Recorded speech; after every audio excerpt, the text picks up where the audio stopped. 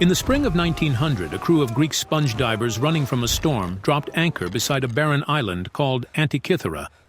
To pass the time, one diver descended into the blue, expecting nothing but rock and empty seabed. Instead, 45 meters down, he surfaced in a panic, babbling about a pile of rotting corpses and dead horses scattered across the bottom. His captain assumed the nitrogen had poisoned his mind, so the captain put on the suit himself and went down to look. What he found was not a graveyard. It was a wreck 2,000 years old, and the bodies were bronze and marble statues, frozen mid-gesture in the dark. But the statues are not why this wreck rewrote history. Buried in that cargo was a single corroded lump of bronze, no larger than a shoebox, that should not exist. A device so advanced that when scientists finally understood what it did, they had to rewrite the entire timeline of human technology. This is the Antikythera Mechanism, and for over a century it has refused to make sense. When the artifacts were hauled up and shipped to the National Archaeological Museum in Athens, the statues took all the attention. The bronze lump was set aside with other unsorted fragments, cracking and crumbling as it dried, its true nature hidden beneath thick layers of corrosion. It sat unexamined for 2 years. Then, in 1902, an archaeologist named Valerio Stais looked closer at the decaying bronze, and he saw something embedded in it that did not belong in the ancient world. A gear, a precise machined gear wheel, with carefully cut teeth locked inside a 2,000-year-old artifact. This was impossible. The accepted history was clear. Complex geared machines did not exist until medieval European clockmakers built them. More than 1,000 years after, this ship sank. Finding a gear here was like finding a spark plug inside an Egyptian pyramid. The object was, by every rule of history, an anachronism. It existed in the wrong time. For decades, the lump defied explanation. It was too fragile to pry apart, and too corroded to read. Experts could see hints of more gears beneath the surface, but the machine guarded its purpose. Some dismissed it as a fluke, a simple astrolabe, or argued it must have fallen into the wreck from a later era. The wreck itself was dated with precision. Based on the coins, pottery, and cargo, the ship sank between 70 and 60 before the Common Era. The mechanism inside it was built even earlier, somewhere between 150 and 100 before the Common Era. There was no later era to blame. The machine was exactly as old as the ship that carried it. To understand what it was, science had to look inside without destroying it, and that required technology the ancient builders could never have imagined. In 2005, a team of researchers brought a specialized high-energy X-ray scanner into the museum in Athens, powerful enough to see through the corrosion for the first time, into the architecture of the machine itself. What they found stunned them. Inside the fragments were the remains of at least 30 interlocking bronze gears, with evidence that the complete device held closer to 40. The teeth were meticulously cut, each one shaped by hand with a precision that should not have been possible without modern tools. The gears were stacked in layers, meshing in 3 dimensions, separated by gaps of barely more than a millimeter. This was not a decorative object. It was a computer, a mechanical analog computer, built from bronze, more than 2,000 years ago. You turned a single handle on the side. That one input drove the entire system of gears into motion, and across the dials on the front and back, the machine calculated the cosmos.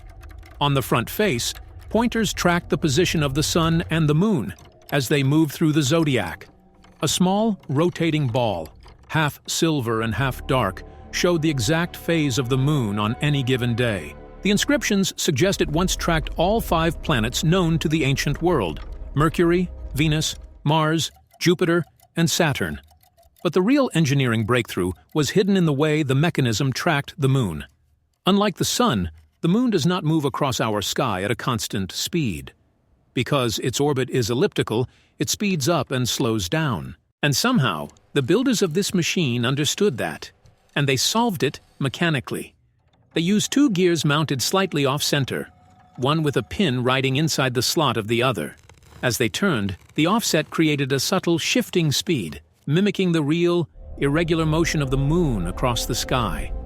This is called epicyclic pin and slot gearing.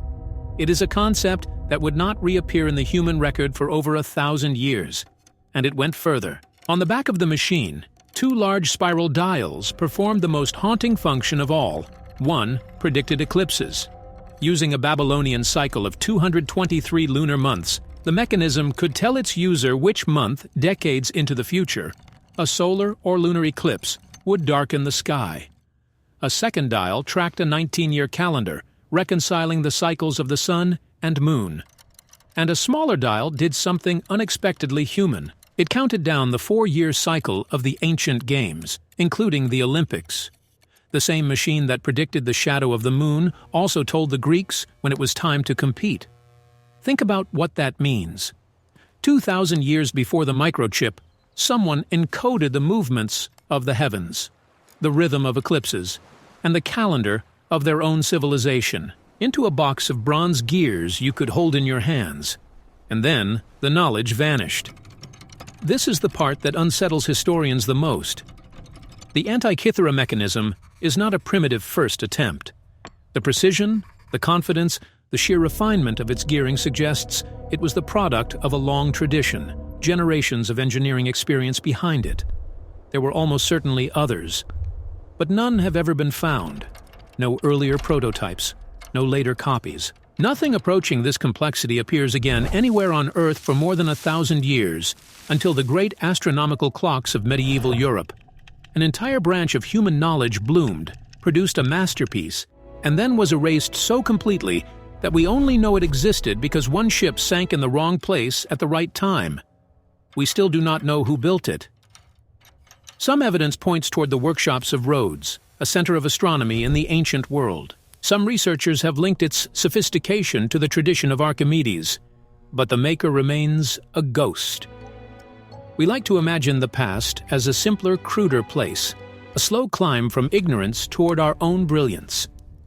The Antikythera Mechanism shatters that comfort. It is proof that genius is not unique to our age, that knowledge can be lost as easily as it is found, and that somewhere beneath the waves, history is still hiding pieces of itself we were never meant to see. Less than half of the machine was ever recovered. The rest may still be down there, scattered across that seabed off Antikythera, waiting in the dark. One ship sinking in the wrong place is the only reason we know any of this existed. So here's the question worth sitting with. If you think this was a singular accident, a lone genius whose work the world simply lost, write "lost" in the comments below. If you believe the ocean is still hiding others like it, in wrecks we have not yet found, write "deep" to lock in your choice and signal your place in the next investigation.